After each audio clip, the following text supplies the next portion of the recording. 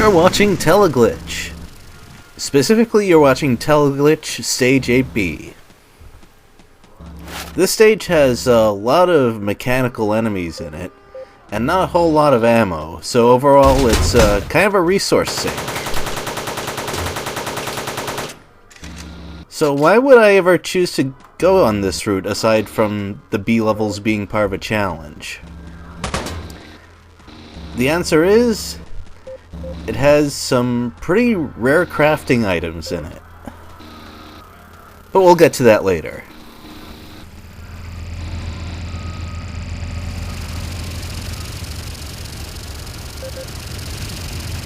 In addition to the machines, there are quite a few engineers. And that's a bad patrol to run into when I'm fighting something else. I think that's a good time to talk about times when you have a mixed group of enemies in front of you.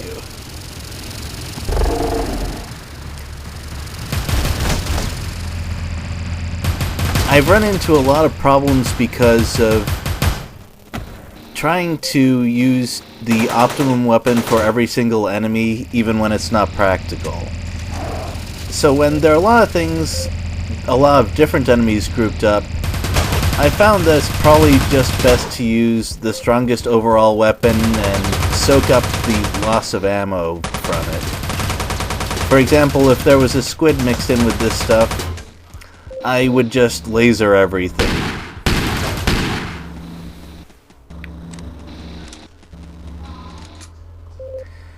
In that case, it cost me a couple of more or less wasted heavy rifle shots, but survival, it beats pretty much every other priority. Why did I say pretty much? It does!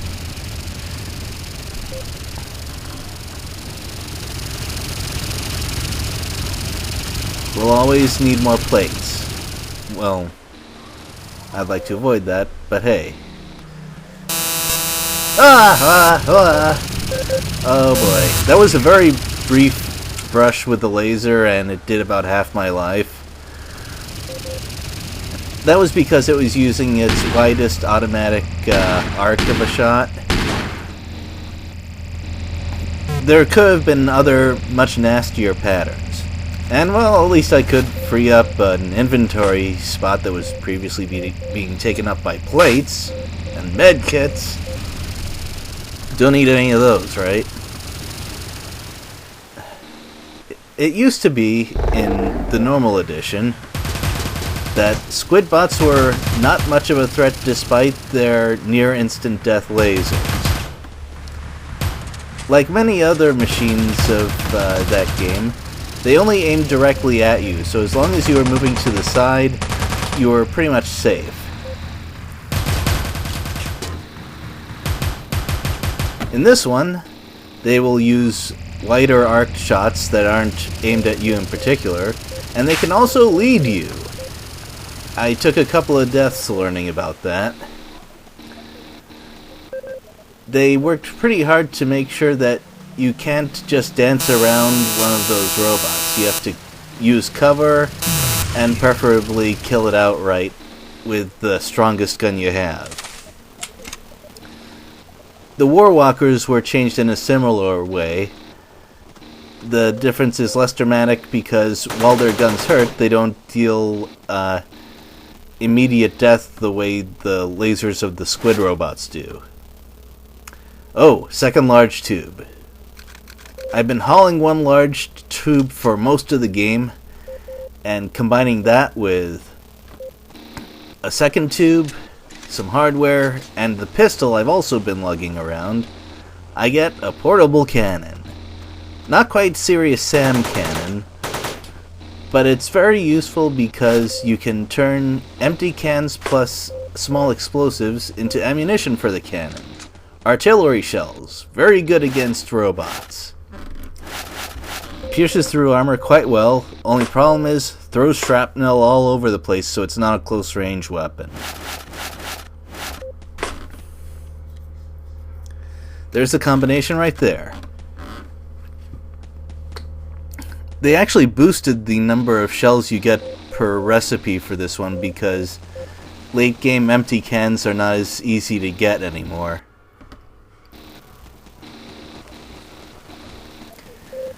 It filled up my inventory for a while, but the cannon is a great way to generate more ammo in a game where ammo is really valuable. I think that's a good time to talk about late game ammo scarcity. I referred to it in one of the early levels, but I never got back to it. In old Teleglitch, both the Warwalkers and the Squids dropped large amounts of valuable ammo. The Warwalkers in particular dropped a ton of high-velocity ammo. The Squids, a whole bunch of laser battery ammo. Because of these things, ammo in the late game was essentially a joke. There was no scarcity of that at all. I could just laser my way through the entirety of the last couple of levels. And I found a magnet too. The only one in the game. You have two things you can make from a magnet. A magnet shield, which I just made. You make that from a magnet, a plate, and 2 microchips. What it does? Didn't get to show it off there, but it sometimes stops bullets. While I'm, of course, more scared of lasers than bullets, I've still lost quite a bit of health and armor to them, and I'm glad to prevent any kind of damage I can. The other thing I could make it into is a railgun. I tried to like the railgun, tried to find uses for it, but no matter what I did, I couldn't get away from some fundamental problems with the weapon. Most importantly is, like the Tesla coil, which I also don't use, it uses the same reservoir of ammo as the laser gun.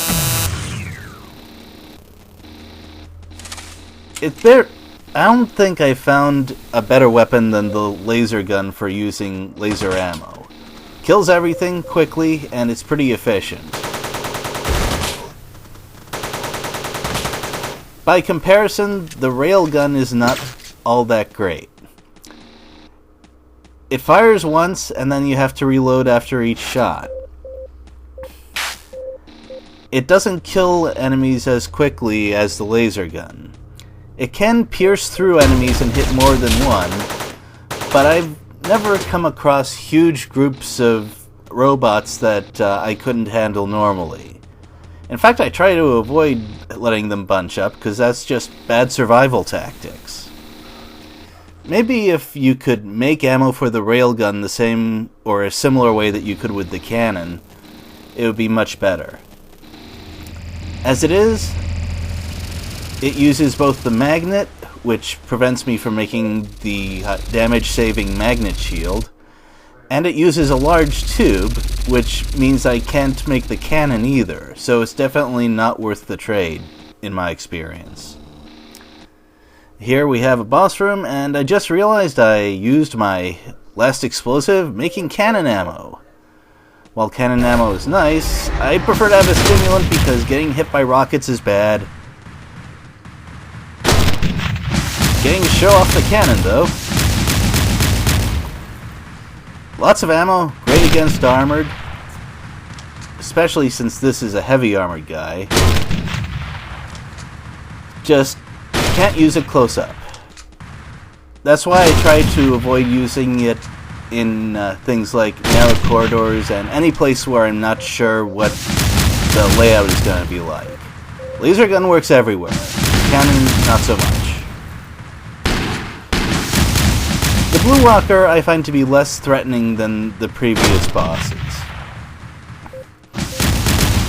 Getting hit by rockets is painful, of course, but it's not the instant death sort of volley that the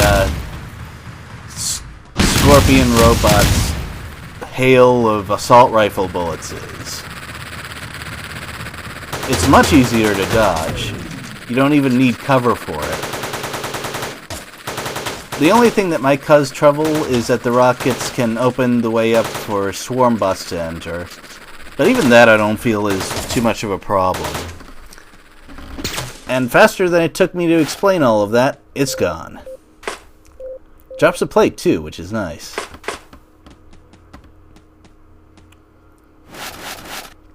I do not believe I need microchips anymore. If I was allowing myself to use personal teleporters, it would be a different story. And this time I'm making a stimulant right now so that I'm not caught without it later. It takes an inventory slot, but now that I've finished my major projects, inventory isn't as much of a problem anymore. I'm pretty much set for equipment. I can always use more health and ammo supplies, of course, but I'm more or less set for the rest. And whoa, just about done. That level was pretty linear.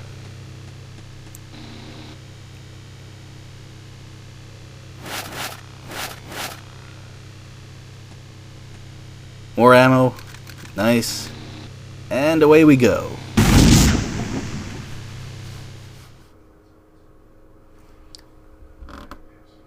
Whoa. Usually my accuracy for later levels is a lot worse. Okay, I'm not gonna complain. Later.